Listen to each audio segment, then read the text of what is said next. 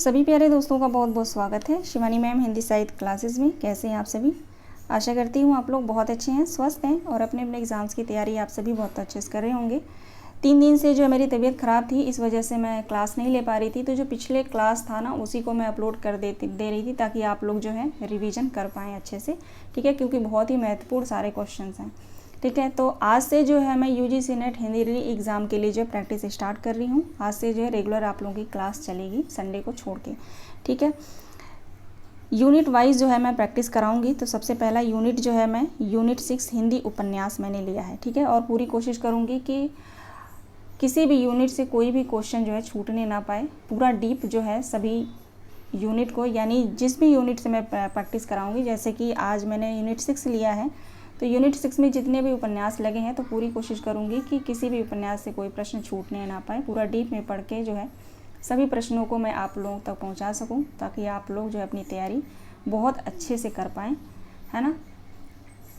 तो आप लोग जो है एक भी क्लास मिस मत करिएगा, ठीक है। सभी प्रश्नों को आप लोग सॉल्व ज़रूर कर लीजिएगा, ठीक है।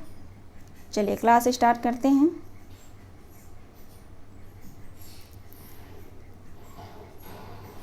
देखते हैं आज का पहला प्रश्न। राग दरबारी उपन्यास के संदर्भ में असत्य कथन बताइए। राग दरबारी उपन्यास के संदर्भ में असत्य कथन बताइए, ठीक है। आज ये पहली क्लास है, 2 या 3 क्लास होगी इस पर, ठीक है। 3 से 4 भी हो सकता है, क्योंकि उपन्यास बहुत सारे उपन्यास हैं, तो इसको डिवाइड करके जो है मैं प्रैक्टिस कराऊंगी। क्वेश्चन नंबर 1 का राइट आंसर क्या होगा? राग दरबारी उपन्यास के संदर्भ में असत्य कथन बताइए। ऑप्शन ए है मास्टर मोतीराम इंटर कॉलेज में विज्ञान के अध्यापक और गांव में आटा चक्की के मालिक हैं, ठीक है। मास्टर मोतीराम ये जो पात्र है राग दरबारी उपन्यास का, ठीक है। ऑप्शन बी है खन्ना मास्टर इंटर कॉलेज में इतिहास के मास्टर हैं। ऑप्शन सी है रंगनाथ हिंदी में एमए करने के बाद रिसर्च कर रहा है। ऑप्शन डी है राधेलाल झूठी गवाही देने में पारंगत और अभी कभी न उबने वाला गवाह, कभी रहेगा यहाँ पे, कभी न उबने वाला गवाह है, ठीक है। ये सभी जो है मास्टर मोतीराम, खन्ना मास्टर, रंगनाथ, राधेलाल, ये सभी जो है राग दरबारी उपन्यास के पात्र हैं, है ना। आप लोग भली बात परिचित हैं, ठीक है। तो असत्य कथन बताना है, बताइए आप लोग राइट आंसर क्या होगा? ऑप्शन सी राइट आंसर होगा, ठीक है। रंगनाथ हिंदी में नहीं, इतिहास, ठीक है। ऑप्शन सी हमारा सही जवाब है, असत्य है ये। रंगनाथ जो है हिंदी में एमए करने के बाद रिसर्च नहीं कर रहा था, इतिहास में एमए किया था। तो इस बात को आप लोग जो है याद रखिएगा, मोस्ट इम्पॉर्टेंट है, ठीक है, महत्वपूर्ण है ये, ठीक है। पूछ सकता है वन लाइनर करके, है ना, या कथन में भी दे सकता है कि रंगनाथ जो है किस विषय में एमए किया था, ठीक है, या एमए किया था कि पीएचडी किया था, कुछ भी पूछ सकता है। तो इस बात को आप लोग ध्यान रखिएगा। और इससे रिलेटेड प्रश्न आया भी था 18 जून को, जो भी पेपर हाल ही में हुआ है, ठीक है। अब यहाँ पे देखेंगे मास्टर मोतीराम जो इंटर कॉलेज में विज्ञान के अध्यापक और गांव में जो इनकी आटा चक्की होती है उसके मालिक होते हैं, ठीक है। और खन्ना मास्टर कॉलेज में इतिहास के टीचर होते हैं, ठीक है। और राधेलाल झूठी गवाही देने में पारंगत होता है और कभी न उबने वाला गवाह है। ये मोस्ट इम्पॉर्टेंट लगा मुझे, तो ये आप लोग ध्यान रखिएगा, ठीक है। अब मैं वही कोशिश करूँगी, मैं कोशिश करूँगी कि जो प्रश्न मैं नहीं ले पाई थी पिछले मंथ 18 जून की तैयारी जब करवा रही थी मैं, तो जो प्रश्न छूट गए थे उन प्रश्नों को जो है कवर करूँगी आपकी प्रैक्टिस सेट में, ठीक है। बाकी उन प्रश्नों को भी मैं रिवीजन कराती रहूँगी, ठीक ना। चलिए क्वेश्चन नंबर 2 देखेंगे। निम्न में से कौन सा कथन राग दरबारी उपन्यास से नहीं है? निम्न में से कौन सा कथन राग दरबारी उपन्यास से नहीं है? कथन पे आप लोग ज़्यादा ध्यान दीजिएगा, कथन से जो है प्रश्न पूछे जाते हैं, ठीक है।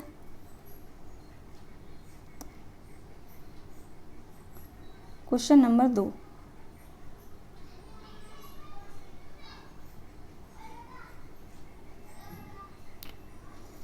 अच्छा यहाँ पे ऑप्शन में थोड़ी गलती है, ठीक है। चलिए इसको ए बी सी कर लेते हैं, ए बी सी डी और ये रहा ई, ठीक है। चलिए देखते हैं। ऑप्शन ए सोते को जगाया जा सकता है, पर कोई झूठ मूठ सोने के बहाने पड़ा हो तो उसे कैसे जगाया जा सकता है? बिल्कुल सही है ना। ऑप्शन बी देखेंगे, हर हिंदुस्तानी की यही हालत है, 2 पैसे की जहाँ किफ़ायत हो वह उधर ही मुंह मारता है। सी ऑप्शन देखेंगे, कहा तो घास खोद रहा हूँ, ऐसे को इसी को, है ना, ऐसे को नहीं, इसी को अंग्रेजी में रिसर्च कहते हैं। ऑप्शन डी देखेंगे, अपने देश का कानून बहुत पक्का है, जैसा आदमी वैसी अदालत। ऑप्शन ई है, प्रेम एक और अविभाज्य है, प्रेम एक और अविभाज्य है, उसे केवल ईर्ष्या और असूया ही विभाजित करके छोड़ देते हैं। विभाजित होगा यहाँ पे, विभाजित, ठीक है, विभाजित करके छोड़ देते हैं।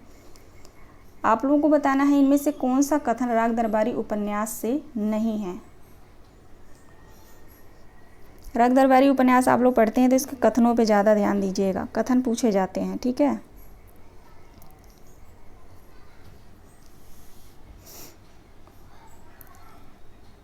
राइट आंसर हो जाएगा ऑप्शन ई, ठीक है, ऑप्शन ई बिल्कुल सही जवाब है। ये जो है राग दरबारी उपन्यास का कथन नहीं है, बाढ़ भट्ट की आत्मकथा से है, निपुणिका का कथन है ये, ठीक है। इसका कथन है निपुणिका का, बाढ़ भट्ट की आत्मकथा उपन्यास से, ठीक। तो राइट आंसर ऑप्शन ई हो जाएगा, ई ऑप्शन राइट होगा। चलिए तीसरे प्रश्न पे, प्रश्न है, निम्न में से कौन सा कथन झूठा सच उपन्यास के संबंध में सही नहीं है? निम्न में से कौन सा कथन झूठा सच उपन्यास के संबंध में सही नहीं है? संपूर्ण कथा ऐतिहासिक परिप्रेक्ष्य में लिखी गई है। दूसरा ऑप्शन है, पहले भाग में सांप्रदायिक दंगों का चित्रण किया गया है। सी ऑप्शन है, दूसरे भाग की कथा विभाजन के बाद की है। डी ऑप्शन है, संपूर्ण कथा कल्पनात्मक परिप्रेक्ष्य में लिखी गई है। कौन सा कथन सही नहीं है बताइए?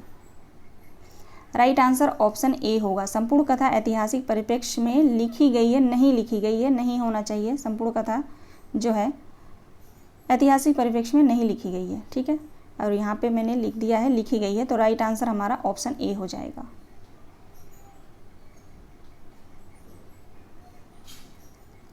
क्वेश्चन नंबर 4 देखेंगे, निम्नलिखित पात्रों को उनके उपन्यासों के साथ सुमेलित कीजिए। निम्नलिखित पात्रों को उनके उपन्यासों के साथ सुमेलित कीजिए। यहाँ पे 2 मिनट मेरी बात आप लोग सुन लीजिएगा। जैसे कि आप लोग को कोई क्वायरी हो ना, आप लोग किसी टॉपिक पे चाह रहे हो प्रैक्टिस कराना जहाँ पे आपको नहीं समझ में आ रहा हो, ठीक है। जैसे उपन्यास में ले लीजिए, उपन्यास में भी जो है कई उपन्यास ऐसे हैं जो प्रकरण में या उच्छ्वासों में विभाजित हैं, ठीक है।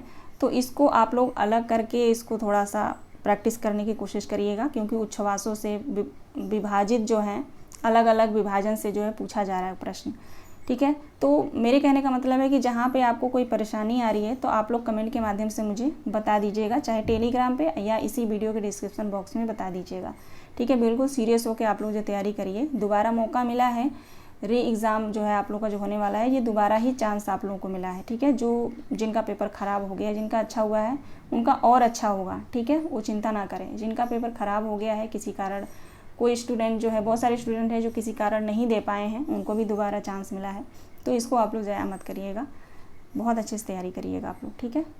और मैं कराऊंगी तैयारी, आप लोग जो है जुड़े रहिएगा मुझसे। बाकी अपना सेल्फ स्टडी आप लोग पूरी मेहनत पूरी ईमानदारी के साथ करते रहिए, ठीक।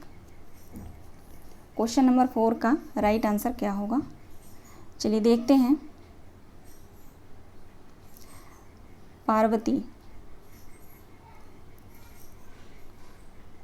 पार्वती जो है मानस के हंस उपन्यास की पात्र है, कनक झूठा सच उपन्यास की पात्र है, बेला जो है राग दरबारी, और विंद्रोही जो है जिंदगी नामा उपन्यास से, ठीक है। 2 3 4 1 ऑप्शन बी, 2 3 4 1 राइट आंसर हो जाएगा। 5वां प्रश्न है, झूठा सच का पहला भाग की कथा किस शहर को केंद्र बनाकर लिखा गया है? यानी झूठा सच उपन्यास का जो पहला भाग है उसकी कथा जो है किस शहर को केंद्र में लेकर या बनाकर लिखा गया है? क्वेश्चन नंबर 5 राइट आंसर हो जाएगा लाहौर। झूठा सच उपन्यास के लिए निम्न में से सही नहीं है। झूठा सच उपन्यास में निम्न में से कौन सा जो है सही नहीं है? राइट आंसर क्या होगा?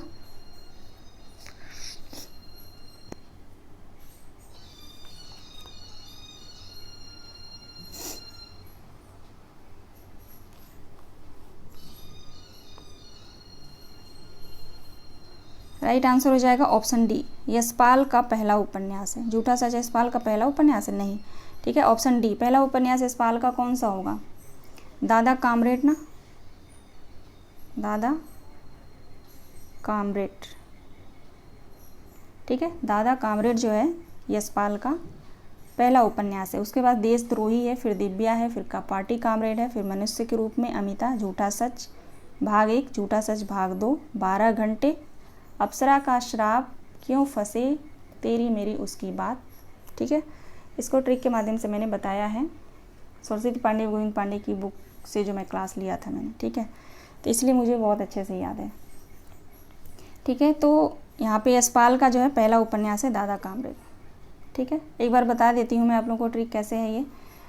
ठीक है, क्योंकि मोस्ट इम्पॉर्टेंट है, यहाँ से प्रश्न आता है उपन्यास से, यानी यशपाल के जो सभी उपन्यास हैं वहाँ से प्रश्न आता है। ध्यान से सुनिएगा आप लोग। ठीक है, यशपाल का जो उपन्यास है पहला उपन्यास है दादा कामरेड। ठीक है, दादा कामरेड जो है देशद्रोही होते हैं। ठीक है, क्योंकि वो दिव्या के पार्टी कामरेड हो जाते हैं। उसी समय जो है मनुष्य के रूप में अमिता आती है, झूठा सच भाग 1 बोलती है, झूठा सच भाग 2 बोलती है, 12 घंटे तक।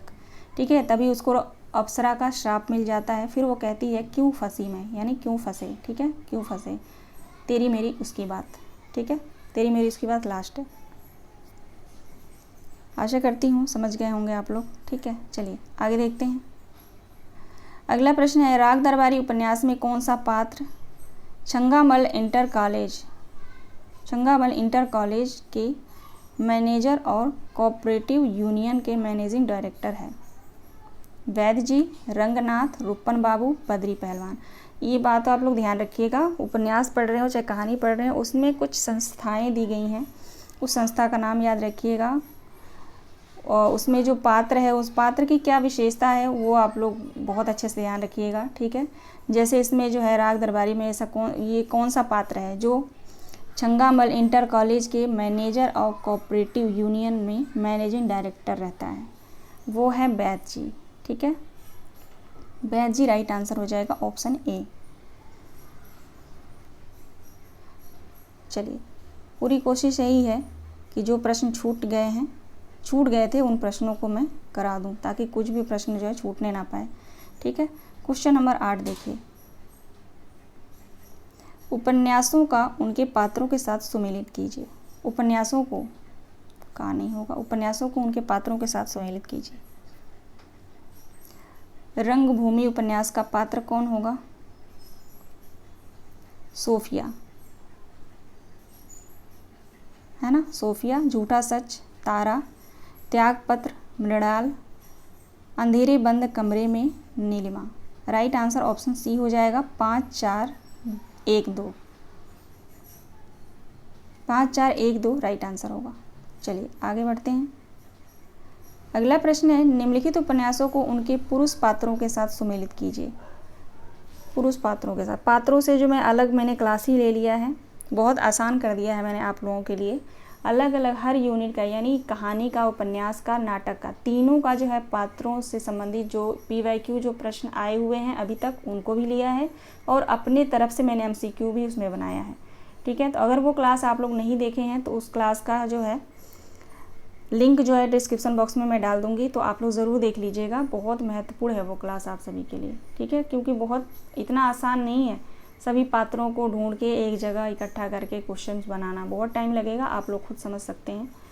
तो मेरा काम है आप लोगों को बताना, और आप लोगों का काम है उस क्लास को देखना, तो ज़रूर देख लीजिएगा आप लोग। क्वेश्चन नंबर 9 का राइट आंसर हो जाएगा, चलिए मिलान कर लेते हैं एक बार। देवी दीन गबन उपन्यास का पात्र है, कीर्ति वर्मा जो है नीला चांद, और ओंकार नाथ गोदान उपन्यास से है कुंदन किस्सा गुलाम। ठीक है, राइट आंसर हो जाएगा 4152, ऑप्शन ए 4152। ठीक है। क्वेश्चन नंबर 10, बाण भट्ट की आत्मकथा के मुख्य पात्र हैं। बाण भट्ट की आत्मकथा के मुख्य पात्र हैं। पात्रों से बहुत कम ही प्रश्न मैंने लिया है, 3-4 प्रश्न होंगे, क्योंकि पात्रों से मैंने अलग ही क्लास लिया है, तो मैंने सोचा कि उसी क्लास को आप लोग देखिए। क्वेश्चन नंबर 10 का राइट आंसर हो जाएगा ऑप्शन 2, ACD, बाण भट्ट, निपुणिका और भट्टिनी, ये तीनों जो है मुख्य पात्र हैं। ठीक है, और महामाया सुचरिता जो है गौड़ पात्र हैं।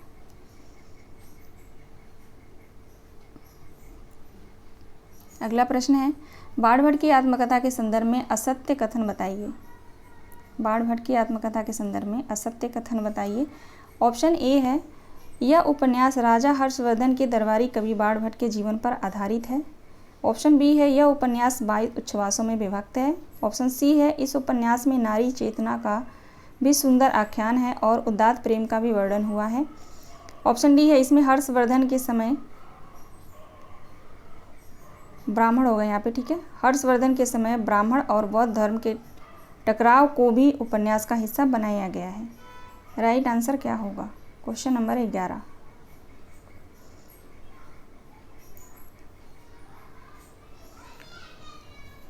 बाण भट्ट की आत्मकथा हजारी प्रसाद द्विवेदी का उपन्यास है, 1946 प्रकाशन वर्ष है। ऑप्शन बी राइट आंसर हो जाएगा। यह उपन्यास 22 उच्छ्वासों में नहीं है। ठीक है, 20 उच्छ्वासों में है। ठीक है, 20 उच्छ्वासों में। क्वेश्चन नंबर 12 देखेंगे, बाण भट्ट की आत्मकथा उपन्यास का पात्र बाण भट्ट का वास्तविक नाम क्या था? दक्ष भट्ट। इसमें सोचने वाली बात नहीं है, दक्ष भट्ट था। ठीक है, चलिए आगे देखेंगे। शायद मृत्यु का ज्ञान और जीवन की कामना एक ही चीज़ है। जीवन प्यारा है या नहीं, इसकी कसौटी यही है कि उसे बिना खेद के लुटा दिया जाए, क्योंकि विराट प्रेम मौन ही हो सकता है। जो अपना प्यार कह सकते हैं उनका प्यार ऊंचा है। यह कथन किस उपन्यास से है? यह कथन किस उपन्यास से है?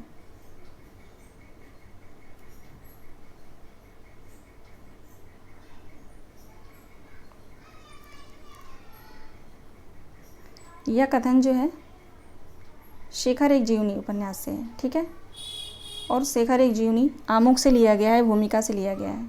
ठीक है,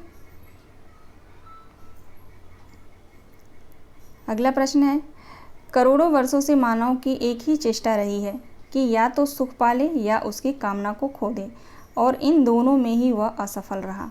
उपर्युक्त संवाद किस उपन्यास से है? उपर्युक्त संवाद किस उपन्यास से है? तो ये जो है, हाँ, ये भी शेखर एक जीवनी से ही है। आगे देखिए अगला प्रश्न, नारी हृदय धरती के समान है, जिससे मिठास भी मिल सकती है, कड़वापन भी, उसके अंदर पड़ने वाली बीज में जैसी शक्ति हो। उपयुक्त कथन गोदान उपन्यास से किस पात्र का है?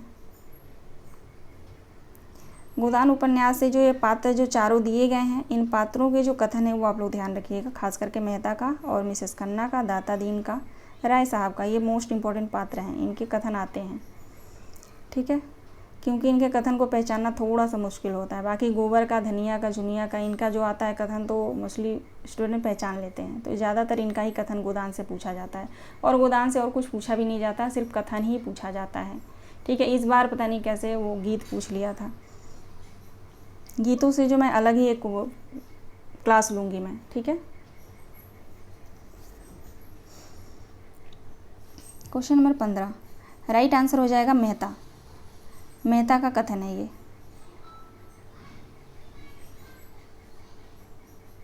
क्वेश्चन नंबर 16 देखेंगे, हमारा धर्म है हमारा भोजन, भोजन पवित्र रहे, फिर हमारे धर्म पर कोई आँच नहीं आ सकती। रोटियां ढाल बनकर अधर्म से हमारी रक्षा करती हैं। उपयुक्त कथन गोदान उपन्यास से किस पात्र का है? कितना महत्वपूर्ण कथन है ये, है ना? आप लोगों को पढ़ के ही लग रहा होगा कि मोस्ट इम्पोर्टेंट है। क्वेश्चन नंबर 16 का राइट आंसर हो जाएगा माता दीन। माता दीन का कथन है ये।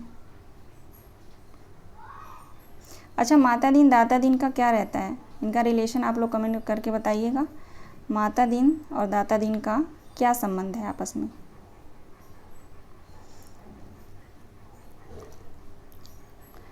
क्वेश्चन नंबर 17, गोदान उपन्यास का पात्र गोबर के व्यक्तित्व के संदर्भ में असत्य बताइए। होरी और धनिया का बेटा जिसकी उम्र 16 साल है, ठीक है, इसकी उम्र 16 साल है, ध्यान रखेंगे आप लोग। उपन्यास के आरंभ में, यानी उपन्यास के आरंभ में इसकी उम्र 16 साल रहती है, ठीक है। ऑप्शन बी है, मुंह पर असंतोष और विद्रोह की भावना है। सांवला रंग है, गहरा युवक है। ऑप्शन डी है, लखनऊ में पहले अपना खोचा बनाता है, फिर बाद में गन्ना मिल में नौकरी करता है। या इनमें से कोई नहीं, तो इनमें से कोई नहीं, ठीक है, इनमें से कोई नहीं है। असत्य कथन कोई नहीं है, सभी सत्य हैं। राइट आंसर ई होगा। क्वेश्चन नंबर 18, देवरानी जेठानी की कहानी उपन्यास के संदर्भ में असत्य कथन बताइए। देवरानी जेठानी की कहानी के संदर्भ में असत्य कथन बताइए।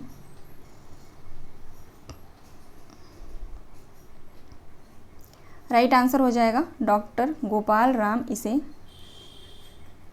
हिंदी का पहला उपन्यास नहीं माना है, ठीक है, नहीं है यहाँ पे, तो ये गलत हो जाएगा, माना है, ठीक है। तो राइट आंसर हमारा ऑप्शन ए हो जाएगा। बाकी सभी जो है सत्य कथन है, ठीक है। यह उपन्यास 1870 मेरठ के एक लियो प्रेस में प्रकाशित हुआ था। इस उपन्यास में पुनर्विवाह का समर्थन भी किया गया है। उपन्यास का अंत बंटवारे से होता है, जहाँ बड़े बेटे दौलत राम के हिस्से में दुकान आती है और छोटे बेटे के हिस्से में मकान आता है ना। राइट आंसर हमारा ऑप्शन ए हो जाएगा। क्वेश्चन नंबर 19 देखेंगे, देवरानी जेठानी की कहानी उपन्यास के संदर्भ में सत्य कथन बताइए।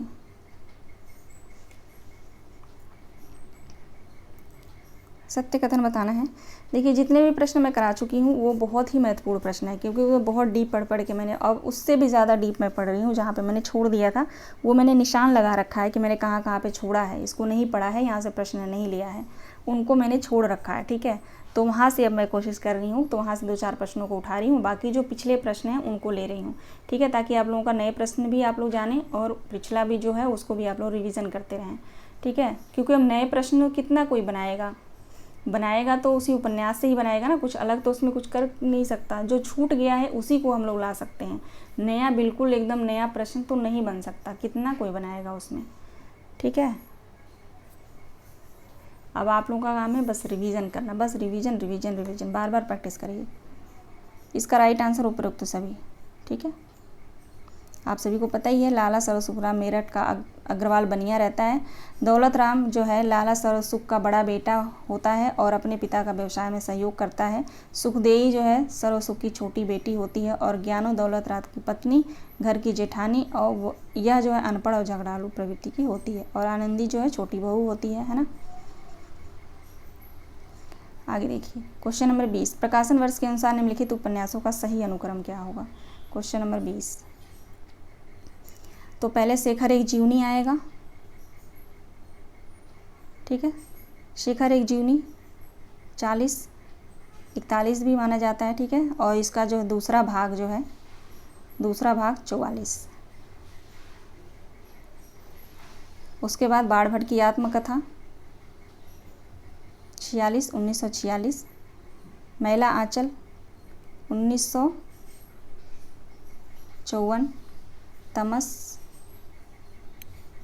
1973, ठीक है। राइट आंसर हो जाएगा 4, 3, 2, 1। पहले 4 आएगा, फिर 3 आएगा, 2, 1, ठीक है, ऑप्शन ए। क्वेश्चन नंबर 21 देखेंगे, मानस का हंस उपन्यास कुल कितने अंकों में विभाजित है। मानस का हंस उपन्यास जो है वो कितने अंकों में विभाजित है। 31 अंकों में विभाजित है, ध्यान रखेंगे आप लोग। चलिए आगे देखते हैं, कथन दिए गए हैं, ठीक है। देखते हैं पहला कथन, यह उपन्यास 4 जून सन 1971 ईस्वी तुलसी स्मारक भवन अयोध्या में लिखना प्रारंभ करके 31 मार्च 1972 रामनवमी के दिन लखनऊ में पूरा किया गया। कथन 2 है, इस उपन्यास में जो है चिरंजीवी भगवंत प्रसाद पांडे ने मेरे लिपिक का काम किया। नीचे दिए गए विकल्पों में से सही उत्तर का चयन कीजिए। तो ये दोनों कथन बिल्कुल सही है, ठीक है, याद रखेंगे आप लोग। आगे देखेंगे, निम्नलिखित आंचलिक उपन्यासों को उनके लेखकों के साथ सुमेलित कीजिए। निम्नलिखित आंचलिक उपन्यासों को उनके लेखकों के साथ सुमेलित कीजिए। Question number 23।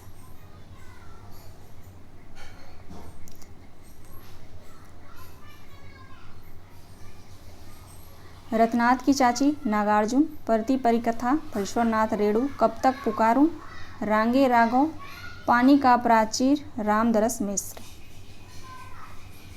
ठीक है, राइट आंसर 2, 4, 1, 3।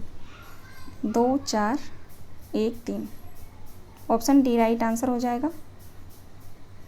चलिए आगे बढ़ते हैं। अगला प्रश्न है, जिंदगी नामा के संदर्भ में सही नहीं है। जिंदगी नामा उपन्यास के संदर्भ में सही नहीं है, ये पूछा जा रहा है। ऑप्शन ए है, इसका कालखंड इस शताब्दी के पहले मोड़ पर खुलता है। इसका कालखंड इस शताब्दी के पहले मोड़ पर खुलता है। ऑप्शन में कुछ दिक्कत लग रहा है मुझे यहाँ पे, है ना। इसका कालखंड शताब्दी के शताब्दी के पहले मोड़ पर खुलता है, ठीक है। ऑप्शन बी है, इसका कथानक खेतों की तरह फैला, सीधा साधा और धरती से जुड़ा हुआ है। सी ऑप्शन है, कथ्य और शिल्प का नया प्रतिमान, जिसमें कथ्य और शिल्प हथियार डालकर जिंदगी को आंकने की कोशिश करते हैं। ऑप्शन डी है, यह मन्नू भंडारी द्वारा लिखा गया उपन्यास है। यह कृष्णा सोबती का पहला उपन्यास है। अच्छा, इसमें ना टाइपिंग मिस्टेक है थोड़ा, 2 कथन यहाँ पे दोनों गलत है ये, ठीक है। कृष्णा सोबती का पहला उपन्यास नहीं है, तो ये कथन को काट ही दीजिए, ठीक है। हमारा राइट आंसर ऑप्शन डी हो जाएगा। डी ऑप्शन जो है राइट होगा, ठीक है। यह मन्नू भंडारी द्वारा लिखा गया उपन्यास नहीं है, कृष्णा सोबती का उपन्यास है ये, ठीक है।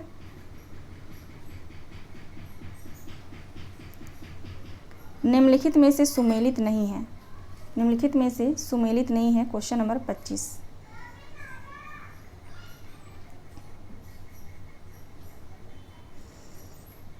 राइट आंसर हो जाएगा ऑप्शन ए, शाहजी। शाहजी जो है जमींदार नहीं, साहूकार होते हैं, ठीक है, साहूकार होते हैं, ठीक है। बाकी शाहनी जो है हिंदू परिवार की सहिष्णु महिला है। काशी शाह जो है शाहजी का छोटा भाई है, और अजय शकुन पति पत्नी है। बिल्कुल सही है, ये सुमेलित है। राइट आंसर हमारा ऑप्शन ए हो जाएगा। क्वेश्चन नंबर 26 देखेंगे, हर बंदा अपने पिता का अवतार है, याद रखो। अवतार वह जिसके मुंह माथा है, धड़ है, आगा है, पीछा है। मेरे बच्चों, अवतार वह जो धरती हल से जोतकर पानी से सींचता है, तृप्त करता है, बीज बोता है, फसलें उगाता है। किस उपन्यास का कथन है ये? यह कथन किस उपन्यास से है? जिंदगी नामा से है, ठीक है, जिंदगी नामा उपन्यास से। आपका बंटी उपन्यास के संदर्भ में सही नहीं है। आपका बंटी उपन्यास के संदर्भ में कौन सा कथन सही नहीं है? ऑप्शन सी जो है हमारा राइट आंसर होगा। ये जो कथन है सही नहीं है, ठीक है, क्योंकि इसका प्रकाशन वर्ष जो है 1971 है ना। चलिए क्वेश्चन नंबर 28 देखेंगे, निम्नलिखित में से सुमेलित नहीं है। निम्नलिखित में से सुमेलित नहीं है। शकुन बंटी की माँ, बिल्कुल सही। अजय बंटी का पिता, बिल्कुल सही। मीरा अजय की दूसरी पत्नी, बिल्कुल सही। टीटू बंटी का सौतेला भाई नहीं, सौतेला भाई नहीं, दोस्त होता है, दोस्त होता है, ठीक है।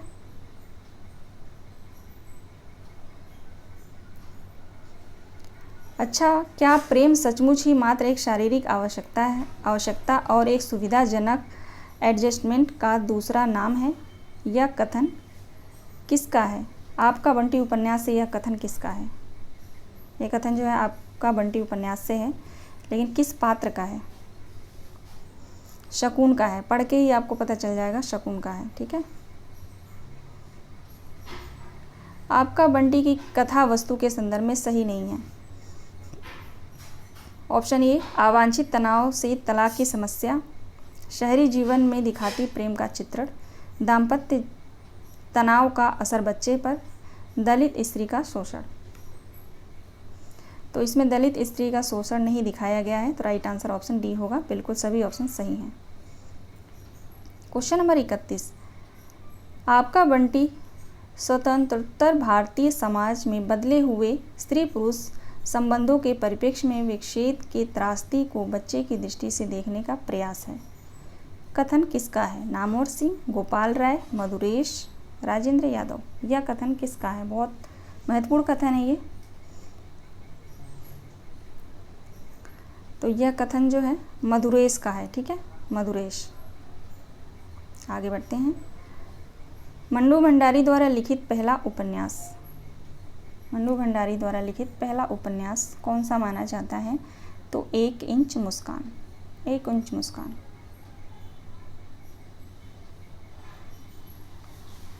आगे चलिए, अगला प्रश्न है, यह मेरा उपन्यास मेरी किशोरावस्था की कुछ अविस्मरणीय स्मृतियों और उनके दामन में छिपी एक अदम्य वेदना की उपज है। यह कथन किस उपन्यासकार द्वारा कहा गया है? कृष्णा सोबती, जिंदगी नामा, आपका बंटी, मनु भंडारी, जगदीश चंद्र, धरती धन्य अपना, या अज्ञे शेखर एक जीवनी। क्वेश्चन नंबर 33, तो यह जो कथन है वो जगदीश चंद्र का है। किस उपन्यास से? धरती धन्य अपना। ठीक है, राइट आंसर ऑप्शन सी हो जाएगा।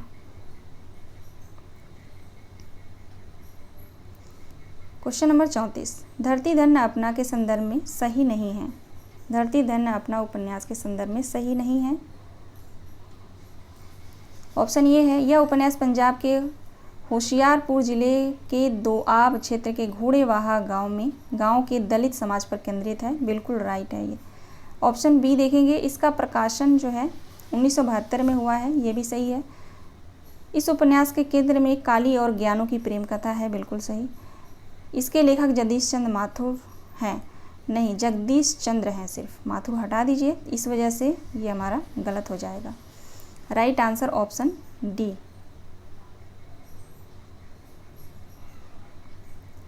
क्वेश्चन नंबर 35, जगदीश चंद्र द्वारा लिखित पहला उपन्यास, जगदीश चंद्र द्वारा लिखा गया पहला उपन्यास। क्वेश्चन नंबर 35, पहला उपन्यास जो इनका है यादों का पहाड़, प्रकाशन वर्ष है 1966। ठीक है, फिर है धरती धन्य अपना, प्रकाशन वर्ष 1972। फिर है नरक कुंड में वास, नरक कुंड में वास, इसका प्रकाशन वर्ष है 1994, 1994 प्रकाशन वर्ष आप लोग ध्यान रखिएगा। फिर है लाट की वापसी, इसका प्रकाशन वर्ष है 2000। ठीक है, ये क्रम है बिल्कुल, प्रकाशन वर्ष के साथ आप लोग सभी उपन्यास का नाम याद रखिएगा। ठीक है, क्वेश्चन के हिसाब से राइट आंसर हमारा ऑप्शन ए हो जाएगा। जगदीश चंद्र के किस उपन्यास को धरती धन्य अपना का विस्तार माना जाता है?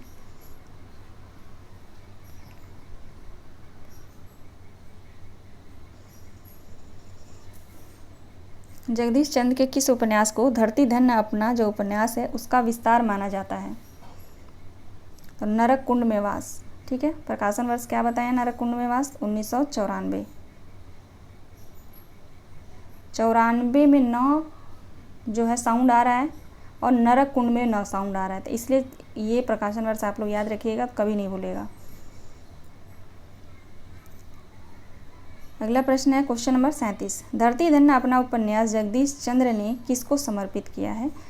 तो सोम आनंद को समर्पित किया है, सोम आनंद। आगे बढ़ते हैं क्वेश्चन नंबर 38, मैं तो ज़मीन के इस टुकड़े को भी जायदाद नहीं समझता, मैं तो सिर्फ मलबे का मालिक हूँ। किसका कथन है? धरती धन्य अपना उपन्यास से यह कथन है, किस पात्र का है? किस पात्र का कथन है ये? काली का कथन है। ठीक है, काली का। आगे देखिए क्वेश्चन नंबर 39, ब्याह के बिना जिंदगी भी सुलगती लकड़ी की ही तरह है, जिसमें सिर्फ धुआं निकलता है। वह आंखों में आंसू तो ला देता है लेकिन गरमाइश नहीं पहुंचाता। यह कथन धरती धन्य अपना उपन्यास से किस पात्र का है? मिस्त्री का है। क्वेश्चन नंबर 40 और लास्ट प्रश्न है आज की क्लास का, जिस तरह बड़ी मछली छोटी मछली को खाती है, उसी तरह बड़ा तबका छोटा तबके को एक्सप्लॉइट करता है। यह कथन धरती धन्ना अपना उपन्यास से किस पात्र का है? विशनदास। ठीक है, विशनदास। काली भी पात्र है, ज्ञानो भी है, बंतु भी है, विशनदास भी है, मिस्त्री भी है, ठीक है, और एक पादरी भी है इसमें, ठीक है ना। तो आप लोग, आशा करती हूँ कि आप लोग जो है सभी प्रश्नों को सॉल्व किए हैं, ठीक है। आज का ये लास्ट प्रश्न है, तो बहुत बहुत धन्यवाद आप सभी का क्लास में बने रहने के लिए। मुझे पता है आप लोग ज़रूर सॉल्व करेंगे प्रश्नों को। जो रेगुलर बच्चे मेरे से जुड़े हैं वो मेरे को मैसेज भी करते हैं मुझे कि मैम प्रैक्टिस स्टार्ट कर दीजिए। जो नए स्टूडेंट हैं उनको मैं बता दूं कि आप लोग जो है इस चैनल से अगर सब्सक्राइब नहीं किए हैं मेरे चैनल को, सब्सक्राइब ज़रूर कर लीजिएगा और इस चैनल से जुड़े रहिएगा, क्योंकि री एग्ज़ाम के लिए जो मैं डेली प्रैक्टिस करा रही हूँ, ठीक है। और बहुत सारे प्रैक्टिस मैंने पहले से करा दिया है, और मैंने नाटक, उपन्यास, कहानी, ये सब कुछ जो है मैंने बहुत अच्छे से पढ़ाया हुआ है।